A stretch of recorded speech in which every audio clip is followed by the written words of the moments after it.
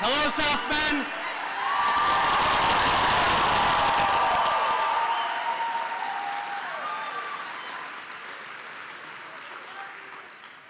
I love you.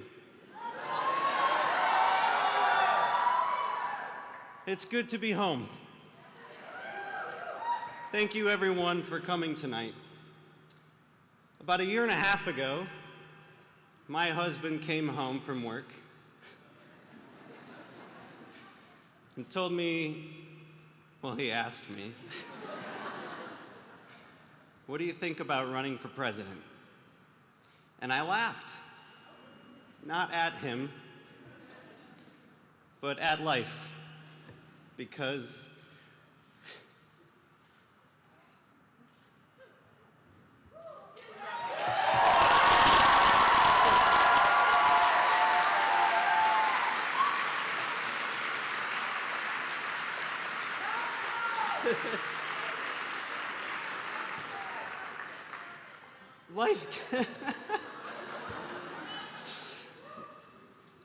life gave me some interesting experiences on my way to find Pete. And after falling in love with Pete, Pete got me to believe in myself again.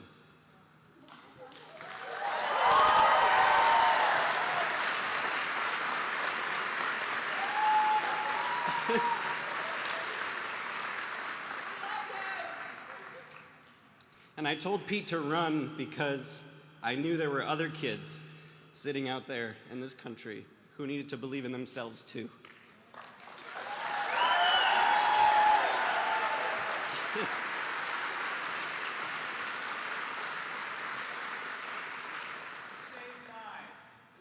Yes, we did. Together, we did. This campaign was built on an idea of hope, an idea of inclusion, an idea of addition rather than subtraction, about bringing people together, about looking your neighbor in the eye and saying, maybe we don't agree on everything, but let's agree on this. We've got one shot, and that's what we did. We went out there with that one shot, and we gave it everything we had, because it is time for every single person in this country to look to the White House and know that that institution stands for them, that they belong in this country.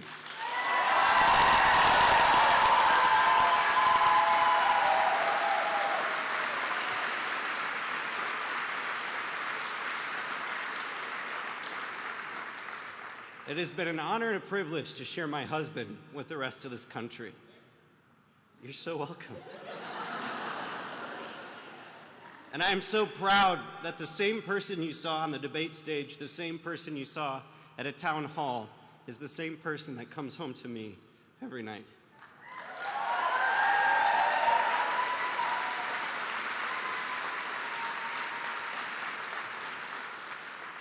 For those of you who know me, you know I'm usually not short with words, but tonight I will be.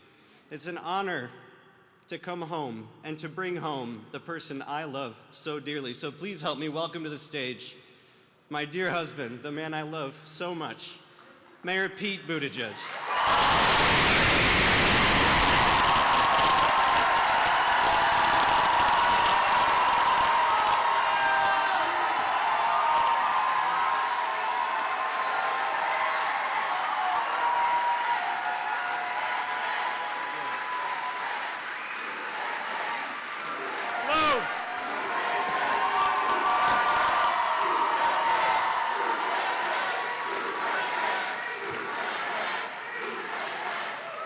Thank you so much.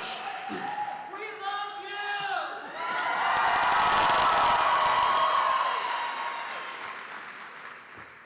you! It's so good to be in South Bend. Sometimes the longest way around really is the shortest way home.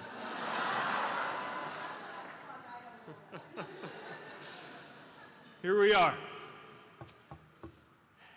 In the last few years, America has faced enormous challenges, from an economy in transition to a climate on the brink, to a president sowing chaos and discord across the very country he is responsible for uniting. And for many Americans, these challenges have amounted to a call to action. And so, like so many others, I thought deeply about what I could do to make a difference, what I could do to make myself useful. And it was in that spirit, with your help, that a year ago we launched our campaign for the American presidency. We began this unlikely journey with a staff of 4 in a cramped office right here in South Bend, Indiana, right down Washington Street. No big email lists, no personal fortune. Hardly anybody knew my name, and even fewer could pronounce it. But South Bend showed everybody what to do. First name Mayor, last name Pete, so nobody got confused.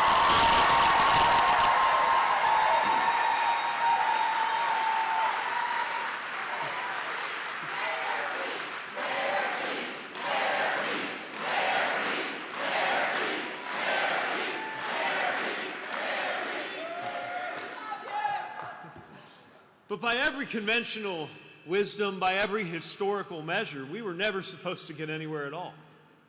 And then, as I said, that roller coaster February night a few weeks ago when Iowa shocked the nation, along that way, an improbable hope became an undeniable reality.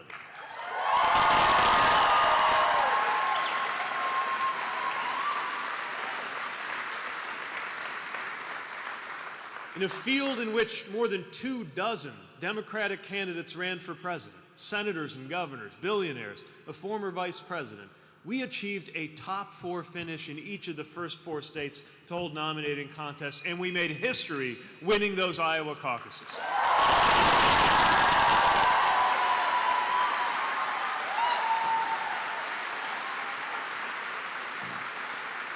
And all of that, it came about thanks to your support. Thanks to the power of this campaign's vision in your hands. It proved that Americans really are hungry for a new kind of politics, rooted in the values that we share. In cities, in suburbs, in rural communities, in crowds that spilled out of venues from Salt Lake City to Raleigh to Arlington, we saw Americans ready to meet a new era of challenge with a new generation of leadership. We found countless Americans ready to support a middle-class millennial mayor from the industrial Midwest, not in spite of that experience, but because of it, eager to get Washington to start working like our best-run communities in town.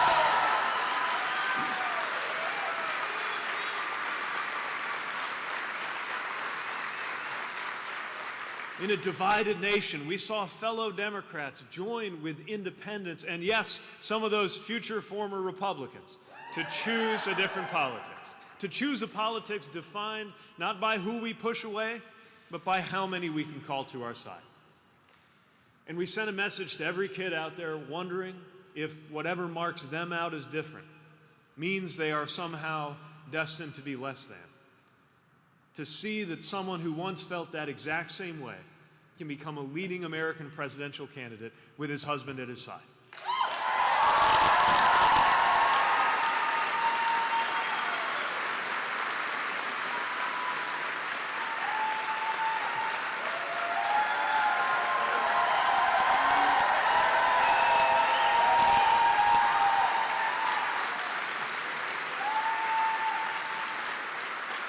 We got into this race for a reason. We got into this race in order to defeat the current president and in order to usher in a new kind of politics. And that meant guiding our campaign by the values we like to call the rules of the road. Respect, belonging, truth, teamwork, boldness, responsibility, substance, discipline, excellence, and joy. And every decision we made was guided by these values. One of those values is truth, and today is a moment of truth. After a year of going everywhere, meeting everyone, defying every expectation, seeking every vote, the truth is that the path has narrowed to a close for our candidacy, if not for our cause. And another of those values is responsibility. And we have a responsibility to consider the effect of remaining in this race any further. Our goal has always been to help unify Americans to defeat Donald Trump and to win the era for our values.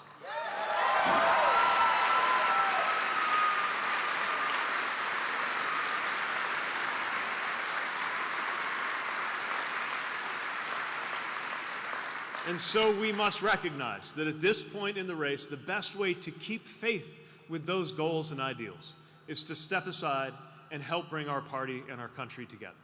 So tonight, I am making the difficult decision to suspend my campaign for the presidency. I will no longer seek to be the 2020 Democratic nominee for president, but I will do everything in my power to ensure that we have a new Democratic president come January.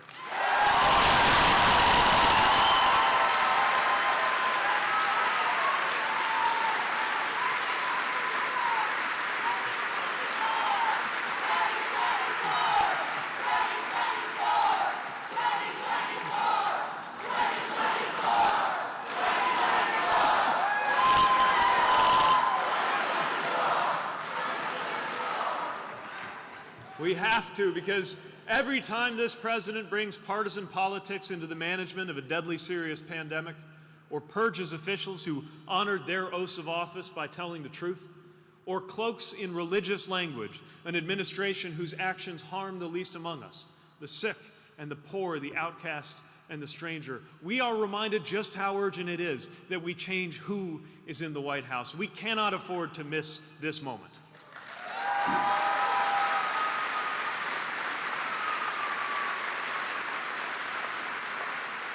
With every passing day, I am more and more convinced that the only way we will defeat Trump and Trumpism is with a new politics that gathers people together.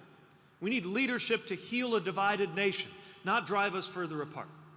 We need a broad-based agenda that can truly deliver for the American people, not one that gets lost in ideology. We need an approach strong enough not only to win the White House, but to hold the House, win the Senate, and send Mitch McConnell into retirement.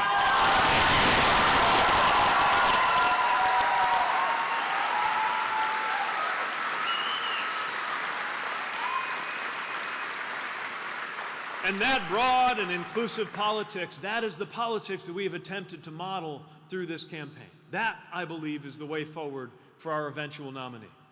So I urge everyone who supported me to continue in the cause of ensuring that we bring change to the White House and working to win the absolutely critical down-ballot races playing out across the country this year.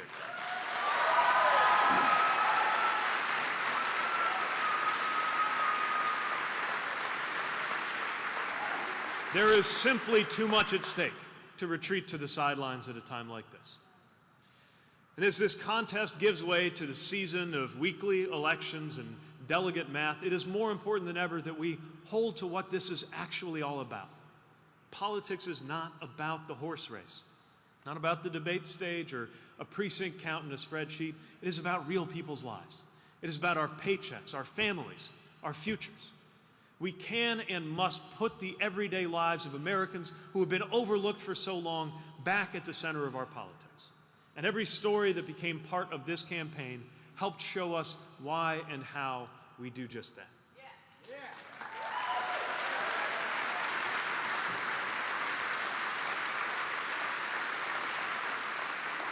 Now, politics is about people, and that is especially true of the people who touch this campaign.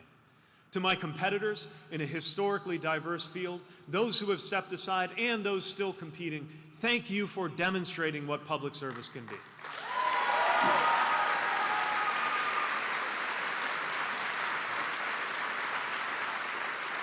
To the people of South Bend, this river city we love so much, thank you for keeping me honest and thank you for keeping me going.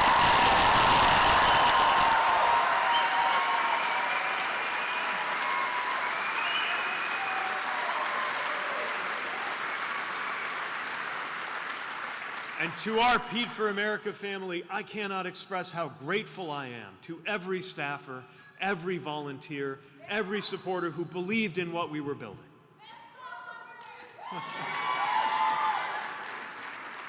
You walked in neighborhoods on hot summer days and drove on icy roads in the wintertime. You filmed and tweeted and coded and crunched numbers. You built relationships and you built events. You lit up offices and you filled high school gyms with equipment and then with people and then with cheers in the name of our values, freedom and security and democracy.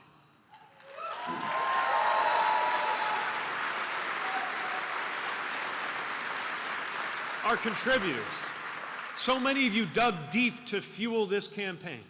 Nearly 1 million grassroots supporters who sacrificed financially so that this message of hope and belonging could reach every corner of this country. Thank you for what you gave to make this possible.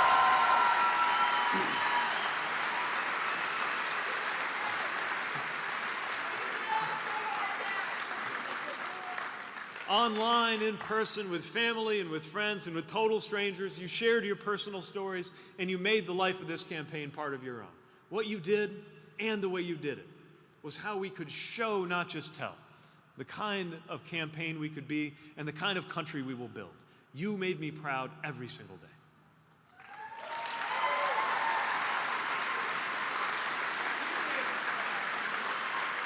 And last, I want to thank my own family. My mom, who not only helped raise me, but put her love of language into work, answering letters for the campaign.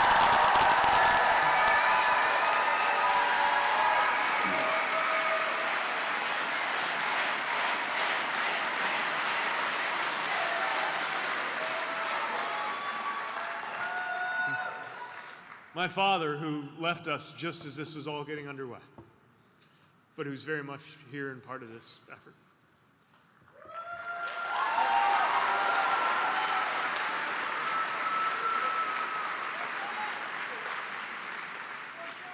And to the guy who took a chance on a first date with somebody all the way in South Bend, Indiana, and never looked back, Fasten, I can't wait to spend the rest of my life with you.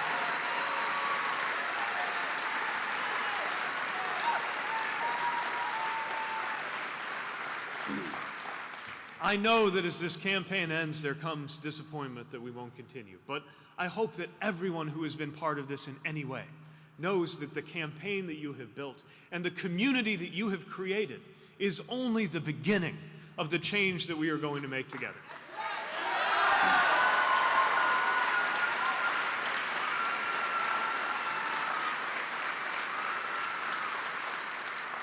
My faith teaches that the world is not divided into good people and bad people, that all of us are capable of good and bad things. Today, more than ever, politics matters because leaders can call out either what is best in us or what is worst in us, can draw us either to our better or to our worst selves. Politics at its worst is ugly, but at its best, politics can lift us up. It is not just policy making, it is moral, it is soulcraft. That is why we were in this.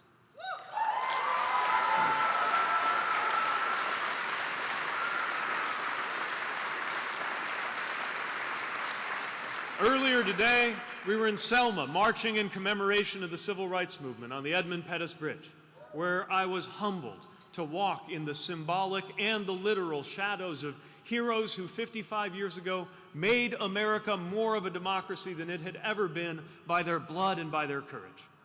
And seeing those moral giants made me ask what we might achieve in the years now at hand, how we might live up to the greatest moral traditions of political change in this country. It made me wonder how the 2020s will be remembered when I am an old man. I firmly believe that in these years, in our time, we can and will make American life and politics more like what it could be. Not just more wise and more prosperous, but more equitable and more just and more decent.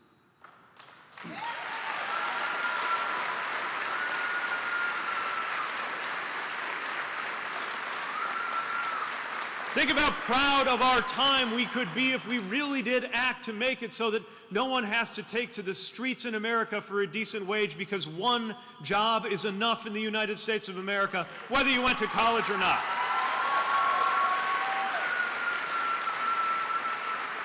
Imagine how proud we would be to be the generation that saw the day when your race has no bearing on your health or your wealth or your relationship with law enforcement in the United States. What if we could be the ones to deliver the day when our teachers are honored a little more like soldiers and paid a little more like doctors? What if we were the ones who rallied this nation to see to it that climate would be no barrier to our children's opportunities in life? The chance to do that is in our hands. is the hope in our hearts. That is the fire in our bellies. That is the future we believe in. A country that really does empower every American to thrive, and a future where everyone belongs. Thank you for sharing that vision. Thank you for helping us spread that hope. Thank you so much. Let's move on together. Thank you.